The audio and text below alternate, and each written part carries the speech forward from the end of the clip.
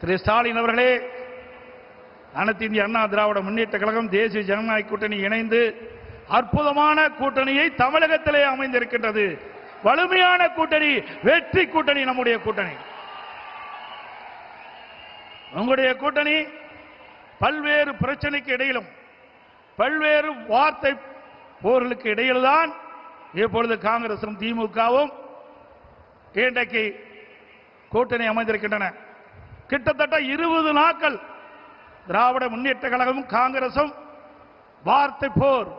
பத்திரிகையில் ஊடகத்தில் வருகின்ற செய்திகள், காங்கிரஸ் திராவிட முன்னேற்ற கழகத்தில் ஆட்சியிலே பங்கு கூடுதல் இட வேண்டும் என்று தினந்தோறும் அறிக்கை, பல்வேறு விமர்சனங்கள், அத்தனையும் தாண்டி கெஞ்சி காங்கிரசுக்கு அடிமையாகி காங்கிரசோடு கூட்டணி வைத்திருக்கின்றீர்கள்.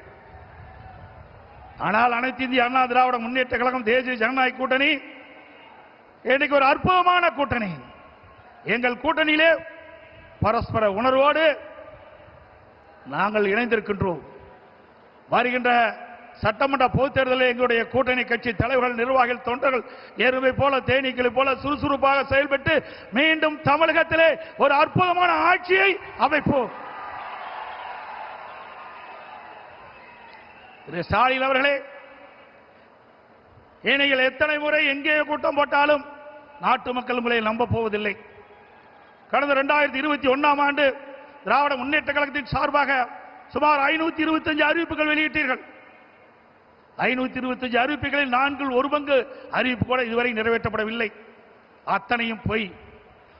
கவர்ச்சிகரமாக பேசி கவர்ச்சிகரமாக அறிக்கை விட்டு அந்த தேர்தல் அறிவிப்பை இதுவரை நடைமுறைப்படுத்தாத அரசாங்கம் திமுக அரசாங்கம், திமுக கட்சி உங்களை அடையாளம் கண்டுகொள்விட்டார்கள். தேர்தல் வந்தால் அறிவிப்பு வரும் திராவிட முன்னேற்ற கழகத்திலிருந்து. தேர்தல் முடிந்தால் அதோடு விட்டு விடுவார்கள். அதுதான் திமுகவுடைய கொள்கை. ஆனால் அனைத்து இந்திய அண்ணா திராவிட முன்னேற்ற கழகத்தை பொறுத்தவரைக்கும் பொன்மனச்செம்மல் புரட்சி தலைவர் காலத்திலும் சரி, இதயம் புரட்சி தலைவர் அம்மாவுடைய காலத்திலும் சரி, கொடுக்கப்பட்ட வாக்குறுதியை நிறைவேற்றுகின்ற கட்சி அனைத்து இந்திய அண்ணா திராவிட முன்னேற்ற கழகம் எங்களுடைய கூட்டணி. ஆகவே மக்கள் ஏமாற்றி ஆட்சிக்கு வந்து இன்றைய தினம் மக்களை வாட்டி வதைக்கின்ற அரசாக திராவிட முன்னேற்ற கழகம் இன்றைக்கு திகழ்ந்து கொண்டிருக்கின்றது.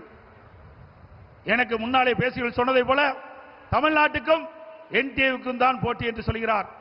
பாவம், மறந்து போய்விட்டார். அடிக்கடி மறதி திரு ஸ்டாலினுக்கு. திரு ஸ்டாலின் அவர்களே, நடக்க போவது தமிழ்நாடு சட்டமன்ற பொது தேர்தல். தமிழகத்தில் யார் ஆட்சிக்கு வர வேண்டும், யார் ஆட்சிக்கு வரக்கூடாது என்று மக்கள் முடிவு செய்கிற தேர்தல் இந்த தேர்தல். ஆகவே மக்கள் முடிவு செய்து விட்டார்கள். அதனால்தான் எங்களை பற்றி விமர்சனம் செய்ய உங்களால் முடியவில்லை.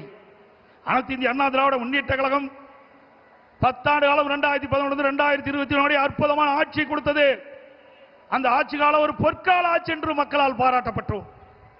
இன்றைக்கு விவசாயிகளாட்டும், தொழிலாளர்களாட்டும், இன்றைக்கு அரசு ஊழியர்களாட்டும் அத்தனை பேர்களுக்கும் அனைத்து கிடைக்கப்பட்ட ஒரே அரசாங்கமாக அனைத்து இந்திய அண்ணா திராவிட முன்னேற்ற கழக அரசாங்கம் திகழ்ந்து என்பதை நேரத்தில் தெரிவிக்க விரும்புகின்றேன். அதே போல திரு ஸ்டாலின் அடிக்கடி பேசுகிறார், எங்கள் கூட்டணியில் இருக்கின்ற அத்தனை பேருக்கும் ஒரே கொள்கை என்று. திரு ஸ்டாலின் அவர்களே, திராவிட முன்னேற்ற கழக கொள்கையும் காங்கிரஸ் கொள்கையும் ஒன்றா? திமுக கொள்கையும் கம்யூனிஸ்ட் கட்சியும் ஒன்றா? திரு திமுக கொள்கையும் இன்றைய தினம் விடுதலை சிறை கட்சியினுடைய கொள்கையும் ஒன்றா? ஒரே கொள்கை என்றால் ஒரே கட்சி அமைத்து விடலாம், தனித்தனி கட்சி தேவையில்லை. ஆக பல்வேறு கொள்கை உள்ள கட்சிகள் எல்லாம் ஒன்றாக சேர்ந்துதான் திமுக கூட்டணி அங்கம் வைக்கின்றது. ஆனால் திரு ஸ்டாலின் அடிக்கடி சொல்வதெல்லாம் ஒத்த கொள்கையுடைய கட்சி எல்லாம் ஒன்றாக இணைந்திருக்கின்ற சொல்லி இன்றைக்கு மக்களை ஏமாற்றிக் கொண்டிருக்கின்ற கட்சி திமுக கட்சி. ஆக கூட்டணி வைப்பது இயல்பு. எல்லா கட்சியும் தேர்தல் நேரத்தில் கூட்டணி வைப்புகள் வாக்கள் சிதறாக கூடாது என்பதற்காக மக்கள் திமுக ஆட்சி அகற்ற வேண்டும் என்ற ஒரே எண்ணத்தின் அடிப்படையிலே, தமிழ்நாட்டு மக்களுடைய நலன் கருதி தமிழ்நாடு ஏற்றம் பெற வேண்டும், வளம் பெற வேண்டும் என்ற அடிப்படையிலே, கொள்ளையடிக்கின்ற கூட்டத்தை விரட்டி அடிக்க வேண்டும் என்ற அடிப்படையிலே தேசிய ஜனநாயக கூட்டணி பிரமாதமான கூட்டணி அமைத்திருக்கின்றது. உங்கள் கூட்டணி அப்படி அல்ல. உங்கள் கூட்டணியை அமைக்கின்ற கட்சிகளும் அடிமையாக உங்களிடத்தில் இருந்து கொண்டிருக்கின்றன. இன்றைக்கு தமிழகத்தில் நிலவுகின்ற பிரச்சனை இன்றைக்கு போதைப் பொருள் விற்பனை, அதனால் மக்கள் படுகின்ற துன்பங்கள் ஏராளம்.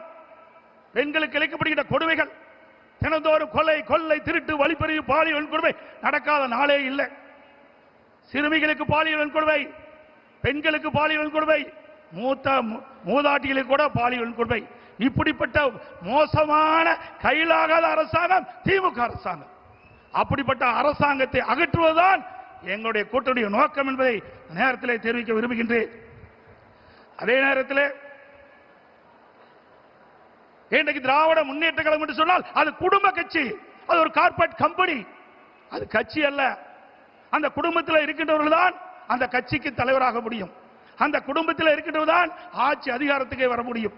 அப்படிப்பட்ட கட்சியை தமிழக மக்கள் இந்த முறை விரட்டி அடிக்கப்படுகிறார்கள்.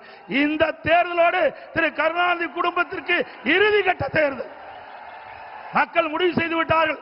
தமிழகம் முழுவதும் ஒரே குரல், திமுக ஆட்சி அகற்றப்படுகின்ற ஒரே குரல் இன்னைக்கு ஒலித்துக் கொண்டிருக்கிறது. ஆக இப்படிப்பட்ட ஆட்சி தமிழகத்திலே அகற்றப்பட வேண்டும் என்று மக்களுடைய எண்ணம். அந்த எண்ணத்தை நிறைவேற்றுவதுதான் எங்களுடைய கூட்டணியுடைய நோக்கம் என்பதை நேரத்தில் தெரிவித்து, அனைத்து இந்திய அண்ணா திராவிட முன்னேற்ற கழகத்திலே பல்வேறு திட்டங்களை இங்கே நிறைவேற்றி கொடுத்திருக்கின்றோம். இந்த டெல்டா மாவட்டம் பொன் விளைகின்ற பூமி, அப்படிப்பட்ட விளை நிலங்களை திரு ஸ்டாலின் அவர்கள் துணை முதலமைச்சர் இருந்த காலகட்டத்திலே விவசாய நிலங்களை அபகரிக்கின்ற விதமாக மீத்தேன் ஹைட்ரோ கார்பன் திட்டத்திற்கு அந்த புரிந்துணர்வு ஒப்பந்தம் போட்டது திரு ஸ்டாலின் முன்னிலையிலே. விவசாயிகள் பாதிக்கப்படக்கூடாது என்பதற்காக அம்மாவுடைய அரசாங்கம் விவசாயிய கோரிக்கை ஏற்று மத்திய அரசோடு தொடர்பு கொண்டு அந்த விளைநிலங்களை பாதுகாக்கின்ற விதமாக பாதுகாக்கப்பட்ட வேளாண் மண்டலத்தை கொண்டு வந்து விவசாயிகளை பாதுகாத்த அரசாங்கம் அண்ணா திமுக அரசாங்கம். அதோடு குடிமராமத்து திட்டத்தை கொண்டது ஏரி, குளம், குட்டைகள் எல்லாம் அனைத்தும் சீர்வு செய்யப்பட்டு பெய்கின்ற மழைநீர் முழுவதும் சேமித்து வைத்தோம். அங்கே தடுப்பணைகள் கட்டப்பட்டோம். ஆதனூர், குமாரமங்கலம், நஞ்சை புகழிலே தடுப்பணை கட்டப்பட்டது, முக்கமிலே தடுப்பணை கட்டப்பட்டது. அதே போல காவிரி குண்டாறு அற்புதமான திட்டம். வறண்ட பகுதியில் இருக்கின்ற நிலங்கள் எல்லாம் செழிப்பாக வளமாக இருக்க வேண்டும் என்பதற்காக, அந்த பகுதியில் நிலத்தடி நீர் உயர வேண்டும் என்பதற்காக காவிரி குண்டாறு திட்டத்தை கொண்டு வந்தோம். அந்த திட்டத்தையும் முடக்கிய அரசாங்கம் தான் விடியா திமுக அரசு. அதோடு பாரத பிரதமர் அவரிடத்திலே, மரியாதைக்குரிய நரேந்திர மோடி அவர்களிடத்திலே நான் முதலமைச்சராக இருந்த பொழுது ஒரு திட்டத்தை நிறைவேற்ற வேண்டும் என்று அவரிடத்திலே கோரிக்கை வைத்து அவரும் ஏற்றுக்கொண்டார். அதற்கு நடந்தாய் வாழி காவிரி திட்டம் என்ற அற்புதமான திட்டம். மேட்டூர் அணையிலிருந்து வெளியேறுகின்ற நீர் கடலிலே கலக்கின்ற வரை அந்த நதியின் கரை ஓரமாக இருக்கின்ற கழிவு நீர் அந்த நதியிலே கலந்து மாசுபடுகின்றது. அந்த நீரை சுத்தமான நீராக மக்கள் பருக வேண்டும், விவசாயத்துக்கு சுத்தமான நீராக பாய்ச்ச வேண்டும் என்ற அடிப்படையிலே அவரிடத்திலே கோரிக்கை வைத்து அவரும் ஏற்றுக்கொண்டு அன்றைய தினம் 2 அவைகள் கூட்டுக்குழு கூட்டத்திலே மேதகு குடியரசுத் தலைவர் உரையிலே இடம்பெற செய்து 2024ஆம் ஆண்டு அதற்கு வடிவம் கொடுத்தார் பாரத பிரதமர் அவர்கள். அவருக்கு நன்றியை இந்த நேரத்தில் தெரிவித்துக் கொள்கிறேன். சுமார் 11,250 கோடி நடந்தாய்வாளி காவிரி திட்டத்திற்கு மத்திய அரசு அனுமதி கொடுத்தது 2024ஆம் ஆண்டு கொள்கை விளக்க குறிப்பிலே இடம்பெற்றிருக்கிறது தமிழ்நாடு அரசிலே. ஆனால் இதுவரை அதை நிறைவேற்றப்படவில்லை. அது அனைத்து இந்திய அண்ணா திராவிட முன்னேற்ற கழக ஆட்சியிலே கொண்டு வரப்பட்ட திட்டம், மத்திய அரசு அனுமதிக்கப்பட்ட திட்டம் என்ற ஒரே காரணத்திற்காக இன்று தினம் முடக்கி வைத்திருக்கின்றார்கள். மீண்டும் உங்களுடைய பேர் ஆதரவால் நம்முடைய கூட்டணி அதிக இடங்களிலே வெற்றி பெற்று அனைத்து இந்திய அண்ணா திராவிட ஆட்சி அமைக்கும். அப்பொழுது நடந்தாய்வாளி காவிரி திட்டம் நிறைவேற்றப்படும் என்று சொல்லி வாய்ப்புக்கு நன்றி கூறி, அதே நேரத்தில் நடைபெறுகின்ற சட்டமன்ற பொதுத் தேர்தலிலே தேசிய ஜனநாயக கூட்டணியின் சார்பாக போட்டியிடுகின்ற அத்தனை வேட்பாளருக்கும் பெருவாரியான வாக்குகளை அளித்து அவளை வெற்றி பெற செய்து மீண்டும் அண்ணா திமுக ஆட்சி அமைக்க நீங்கள் அத்தனை பேரும் துணை இருக்க வேண்டும் என்று கேட்டு விடைபெறுகின்றேன். நன்றி, வணக்கம்.